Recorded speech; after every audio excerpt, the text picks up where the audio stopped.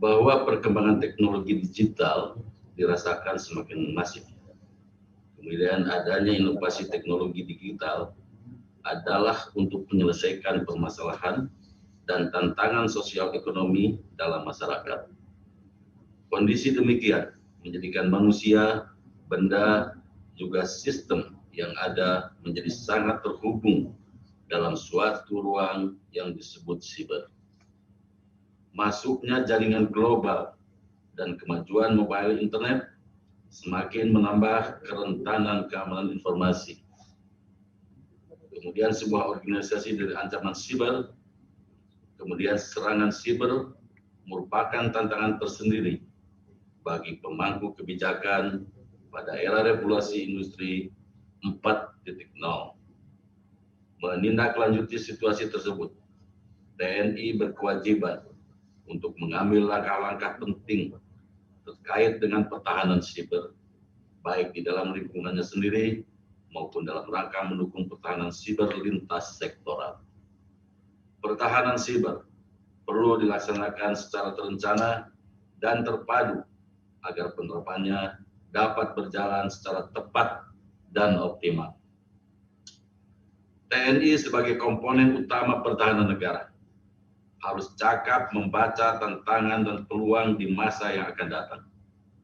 Karena dunia berubah dengan begitu cepat dan disrupsi terjadi di semua sektor kehidupan. Disrupsi juga akan merambah pada industri pertahanan sebagai produsen alutsista TNI.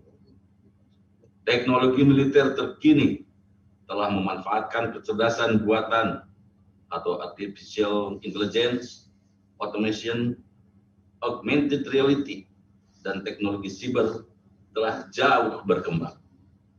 Menghadapi tantangan sedemikian tersebut, TNI perlu mempersiapkan SDM yang mumpuni, profesional, dan lincah dalam berinovasi sehingga mampu menjawab segala persoalan yang dihadapi dengan karakter kebangsaan, penjaga NKRI, dan Pancasila.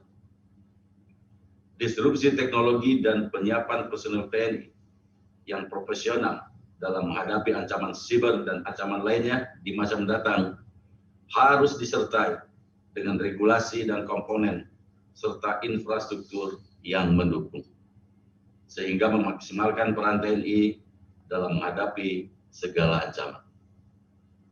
Hadirin sekalian, akan saya sampaikan tentang tren ancaman yang berkaitan dengan perkembangan teknologi pada saat ini.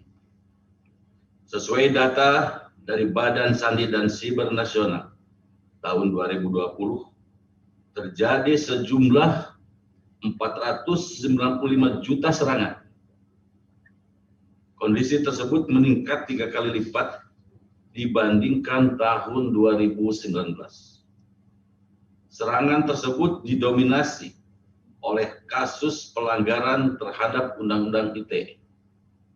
Sedangkan pada awal tahun 2021, menurut data yang kami terima, BSSN belum mendeteksi adanya serangan siber terhadap objek vital nasional. Adapun yang perlu diwaspadai terkait ancaman siber sebagai berikut. Ancaman siber yang menjadi target adalah software, hardware, brainware, atau humanware. Kemudian yang menjadi potensial ancaman adalah brainware atau humanware berupa hate speech, hoax, untuk memecah belah atau mengadu domba. Dan ancaman yang ketiga adalah ancaman terhadap software berupa spyware dengan menggunakan malware karena bisa memonitor, menyadap, dan mengambil data atau informasi. Terkait dengan disrupsi, maka konsep disrupsi dapat disampaikan sebagai berikut. Teknologi informasi mendatangkan era disrupsi yang mengubah total cara berbisnis dan menghancurkan bisnis konvensional. Disrupsi adalah sebuah lompatan perubahan dari sistem lama ke cara-cara baru. Disrupsi juga mengubah teknologi lama yang lebih banyak menggunakan fisik ke teknologi digital dan menghasilkan sesuatu yang benar-benar baru, lebih bermanfaat, serta lebih efisien dan cepat.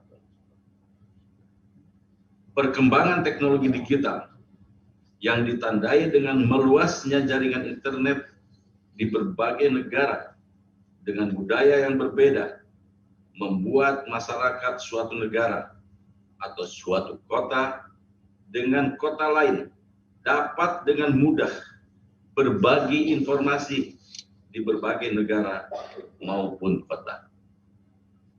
Sebanyak 120 juta penduduk Indonesia menggunakan jaringan internet melalui perangkat mobile, dan dalam seminggu aktivitas online mencapai 37%.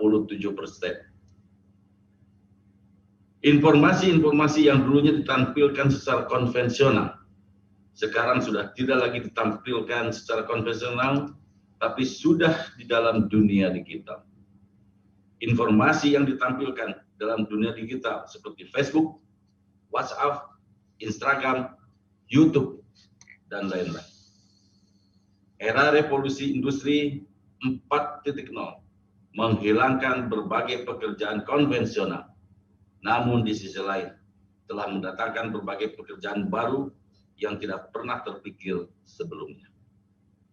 Hal ini semua menyebabkan ancaman terhadap kedaulatan negara, keutuhan wilayah, dan keselamatan segenap bangsa yang menjadi sangat kompleks dan multidimensi.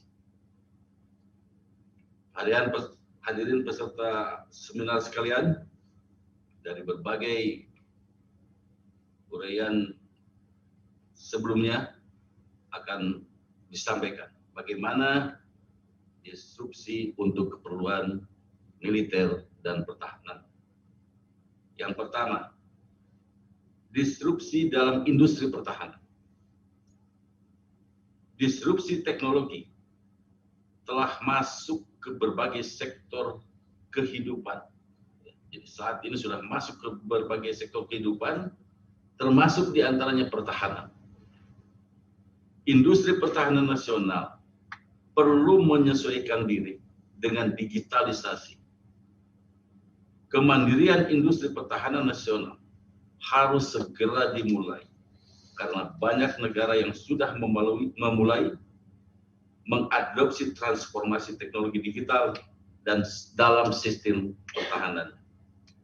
Nanoteknologi, kecerdasan buatan, big data, autonomous system, sensor, quantum science, dan robotik menjadi pendorong untuk suksesnya transformasi digital di militer. Penguasaan teknologi tersebut sangat menentukan transformasi kekuatan pertahanan dan angkatan bersenjata Indonesia.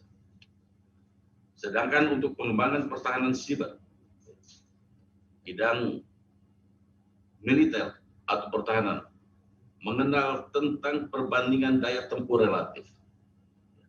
Jadi bagaimana kita supaya menang perang, maka kita harus membandingkan kekuatan lawan dengan kekuatan kita.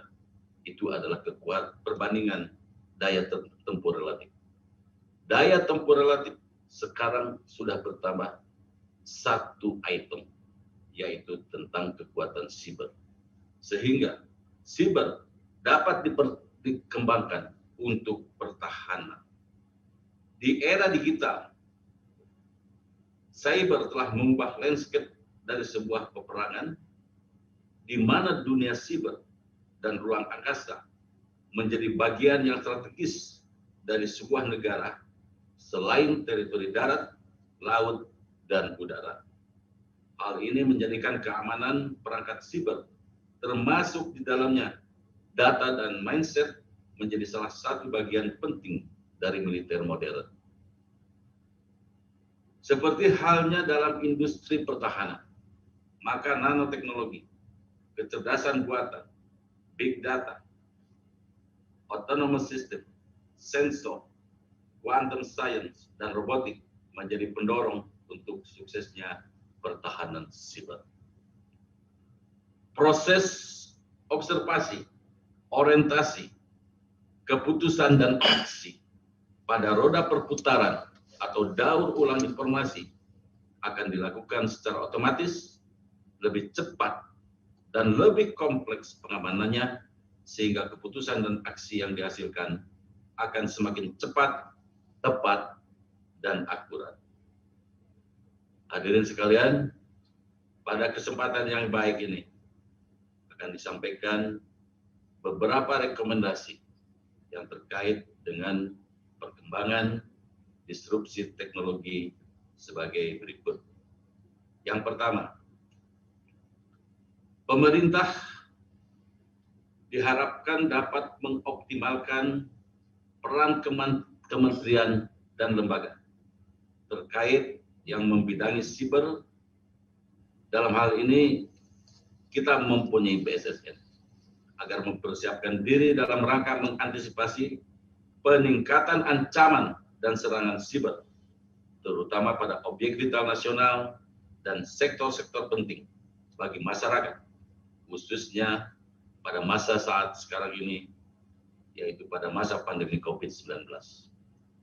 Kemudian yang kedua, terkait Undang-Undang ITE, pemerintah Republik Indonesia bersama DPR RI dipandang perlu menyempurnakan ketentuan atau aturan hukum yang memberikan perlindungan terhadap terjadinya serangan siber.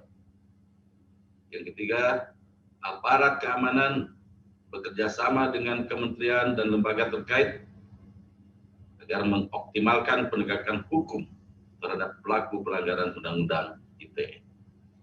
Dan yang keempat, perlunya pembentukan dan penguatan satuan siber di setiap kementerian atau lembaga di bawah koordinasi BSSN.